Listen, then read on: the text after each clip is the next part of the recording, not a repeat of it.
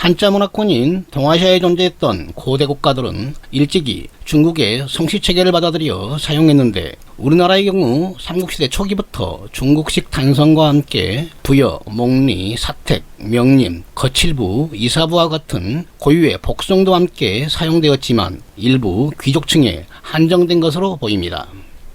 그러나 당나라와 동맹을 맺은 신라에 의해 고구려와 백제가 멸망하고 고구려의 옛 고토를 수복한 발해와 함께 남북국 시대에 들어서면서 토착영성씨는 쇠퇴하고 중국식 단성이 유행하게 되는데, 여전히 소수귀족의 전유물일 정도로 특권층을 대표하는 권력의 상징이었음을 알 수 있습니다.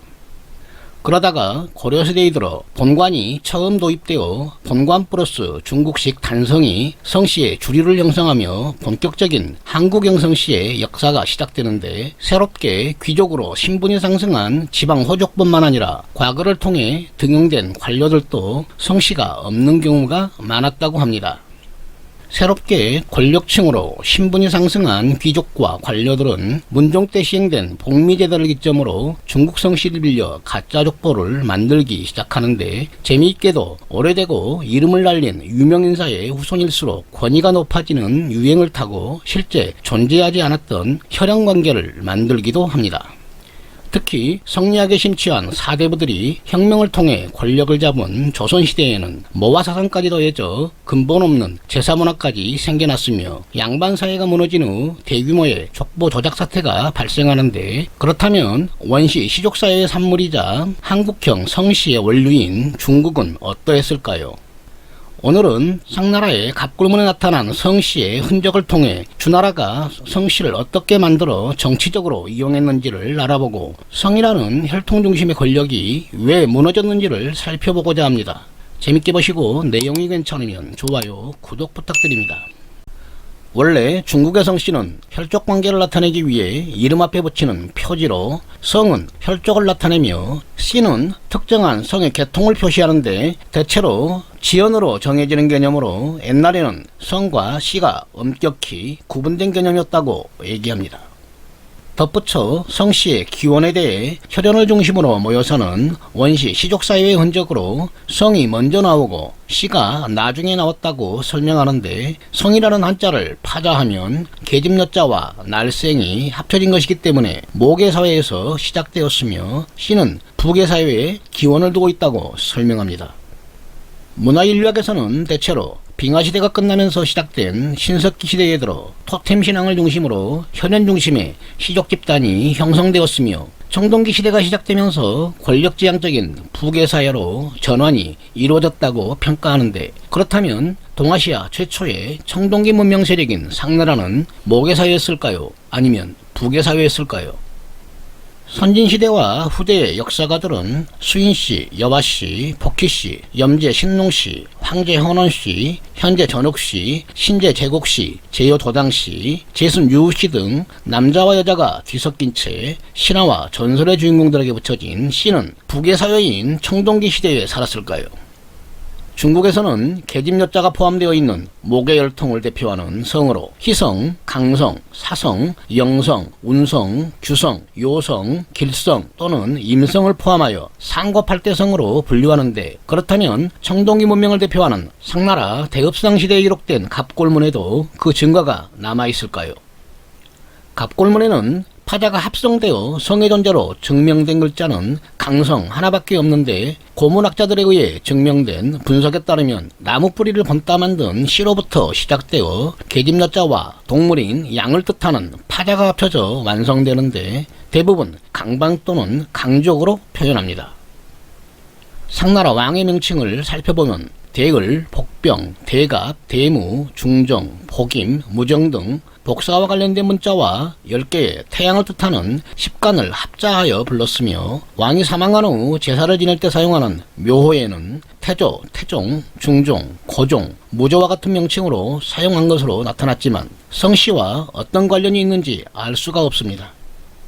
파자, 계집여와 날생이 합쳐진 성뿐만 아니라 씨도 갑골문에 등장하지만 이 글자가 혈통과 어떤 관계가 있는지 추정하기가 쉽지 않으며 오히려 인방이나 토방, 귀방, 그리고 주방 등 나라나 무리를 뜻하는 파자, 방과 함께 자신들도 방이 포함된 상족으로 표현했다는 점을 주목할 필요가 있습니다.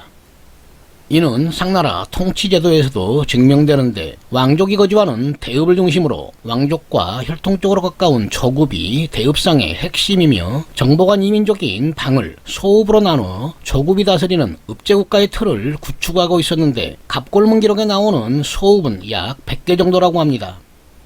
그러나 느슨한 결속을 가진 시족연맹체제라는 봉건제의 약점이 발목을 잡아 결국 조급과 소읍의 배신 그리고 강족과 연합한 주방에게 멸망하며 상나라 통치제도 어디에서도 혈통을 의미하는 성이나 지연을 의미하는 씨가 사용된 사례를 찾기가 어려운데 그렇다면 성씨 개념은 언제 생겨난 것일까요?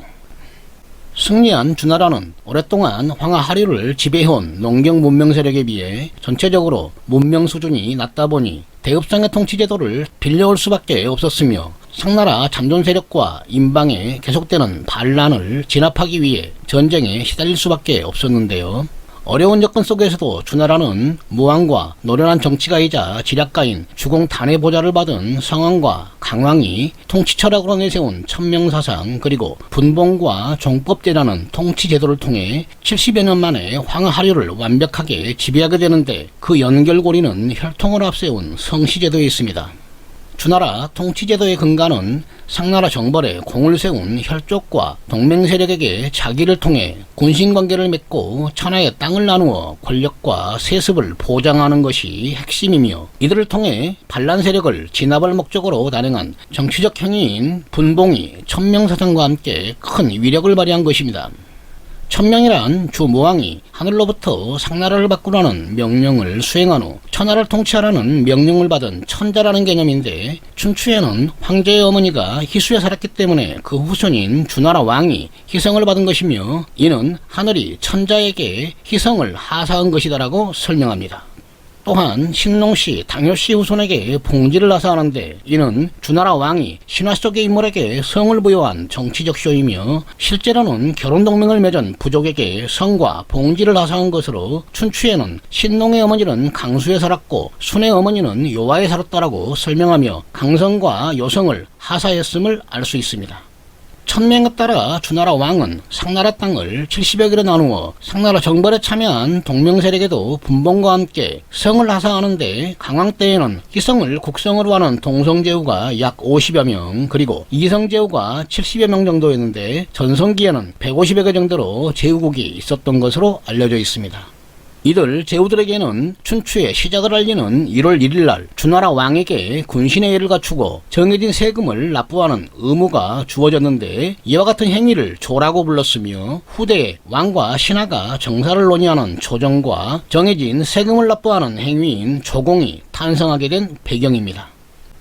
종법제는 주나라 왕실의 혈족인 희성이 천자의 지위를 계속 지키면서 세력을 확장하기 위해 만들어진 제도로 장남이 대종이 되어 해당 자기를 계승하며 그 외의 아들은 소종이 되어 신하로만 존재하는 것이 골자인데 재미있는 점은 동성 간에는 결혼을 금지하고 이성과만 가능하도록 해 혈족의 세력 확장이 중요했음을 알 수 있습니다. 또한 왕실의 소종이 분봉을 받아 제후로 나가게 되면 시봉자라고 불렀는데 이는 새로운 혈통이 다시 시작된 것으로 자기 명이나 봉지의 땅 이름을 따 씨가 탄생하는 배경이 되었으며 시봉자의 후손들이 계속 씨를 만들어 나가 희성 세력이 계속 커지자 곧 이성 제후들도 종법을 따라하게 됩니다. 분봉과 종법으로 만들어진 성과 씨를 쉽게 이해하기 위해 예를 들자면 우리에게 잘 알려진 강태공은 상나라 때 양을 키우는 강족에 후여있지만 주나라 왕으로부터 강이란 성을 하사받아 강상으로 불렀으며 자기를 받은 후 분봉을 받았던 땅 이름이 여이기 때문에 여상으로도 부르게 된 것입니다. 늘어 만나던 제후국은 춘추와 전국시대를 거치면서 10여 개로 줄어들면서 복잡하던 혈족관계가 단순화되고 대종과의 혈연관계가 멀어지고 구분이 희미해지기 시작하는데 결국 지난시대 이후로는 성과 씨의 개념이 합쳐지게 된 것이며 우리에게 익숙한 관우나 제갈량이 탄생한 것입니다. 지금까지 알려진 중국 성씨의 기원은 나라 이름에서 따온 노씨, 제씨, 땅 이름에서 따온 지씨, 도성의 궁전이나 성문의 방향에 따라 생겨난 동곽씨, 서문씨, 남궁씨, 관직 이름에서 따온 사마씨, 직업 이름에서 따온 무씨, 복씨, 도씨, 북방 유목민족의 고유성씨인 탁발씨, 모용씨, 덕고씨 등 그 배경이 아주 다양합니다. 결론적으로 성과 씨가 원시 시족사회의 흔적으로 보이지만 상나라 때는 혈통과 어떤 관련이 있는지 불분명하며 주나라 때 들어 천자의 지위를 계속 유지하기 위한 통치제도에 녹아들어 성과 씨가 별개의 개념으로 사용되었으며 이성 제국의 성장과 경, 대부, 사라는 새로운 귀족들이 권력층에 진입하면서 주나라 왕으로부터 굳이 하사받지 않고 쉽게 얻을 수 있는 제국 기반의 씨가 득세를 하면서 권력의 상징인 혈통 개념의 성은 무너지고 성씨가 하나로 통합된 것입니다.